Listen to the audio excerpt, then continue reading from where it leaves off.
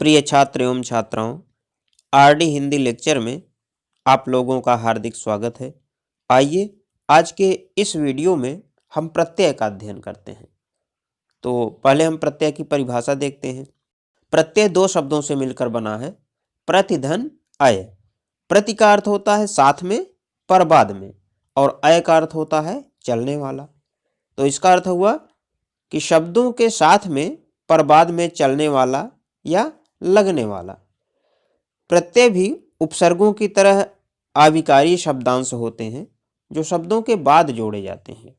अगर हम इसे परिभाषित करें तो इस तरह से कर सकते हैं कि प्रत्यय वे शब्दांश होते हैं जो किसी शब्द के अंत में जुड़कर उसके अर्थ में बदलाव या परिवर्तन लाते हैं। तो यहाँ ध्यान देने की बातें क्या हैं कि प्रत्यय शब्दांश होते हैं, अर्थात वे पूरे शब्द नहीं होते हैं बल्कि किसी शब्द के अंश मात्र होते हैं और स्वतंत्र रूप में इनका प्रयोग भी नहीं होता है।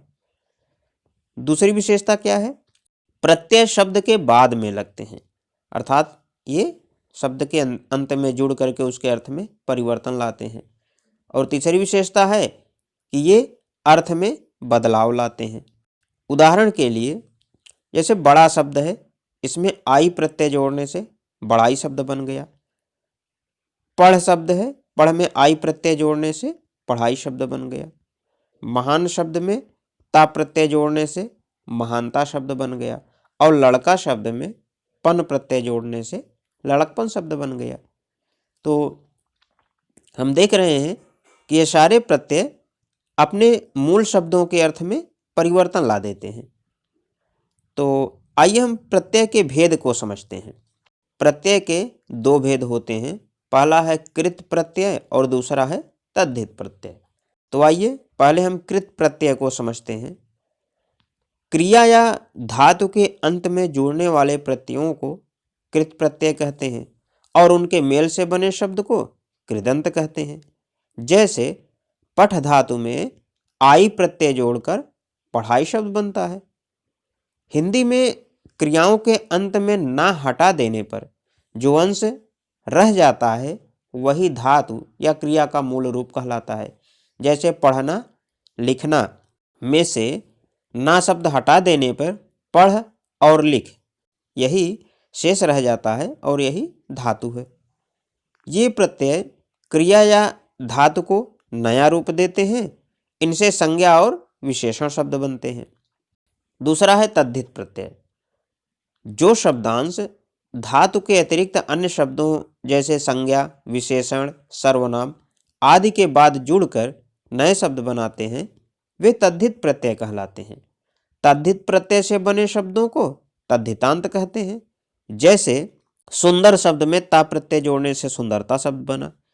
अपना शब्द में पन प्रत्यय जोड़ने से अपनापन, और अच्छा शब्द में आई प्रत्यय जोड़ने से अच्छाई शब्द बन जाता है।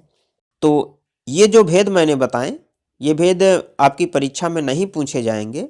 हमें केवल प्रत्यय से दो नए शब्द बनाने के लिए दिए जाएंगे और यह प्रश्न नंबर 9 के खा में दिया जाएगा।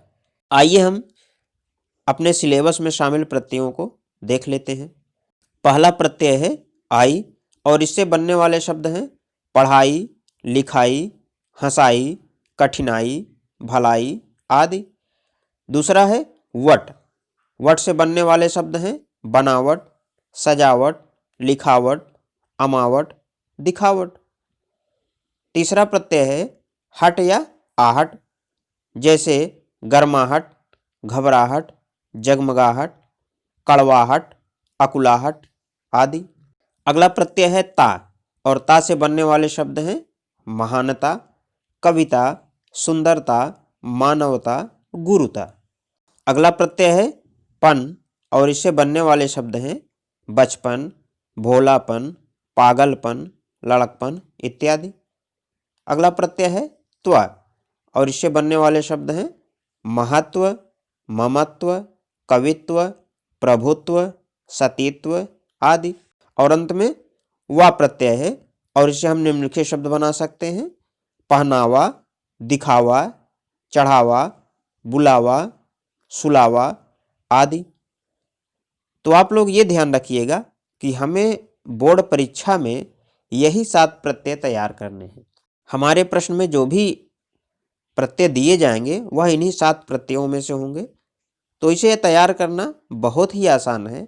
आप इन प्रत्ययों को पढ़ लीजिएगा और इनसे बनने वाले शब्दों को देख लीजिएगा और इसे अभ्यास कर लीजिएगा। फिर कोई ऐसा कारण नहीं बनता कि परीक्षा में प्रत्यय दिए जाएं और आप ना बना पाएं। तो आज के इस वीडियो को हम यहीं पर समाप्त करते हैं। अगले वीडियो में किसी और विषय पर चर्चा होगी। तब तक के लिए धन्यवाद।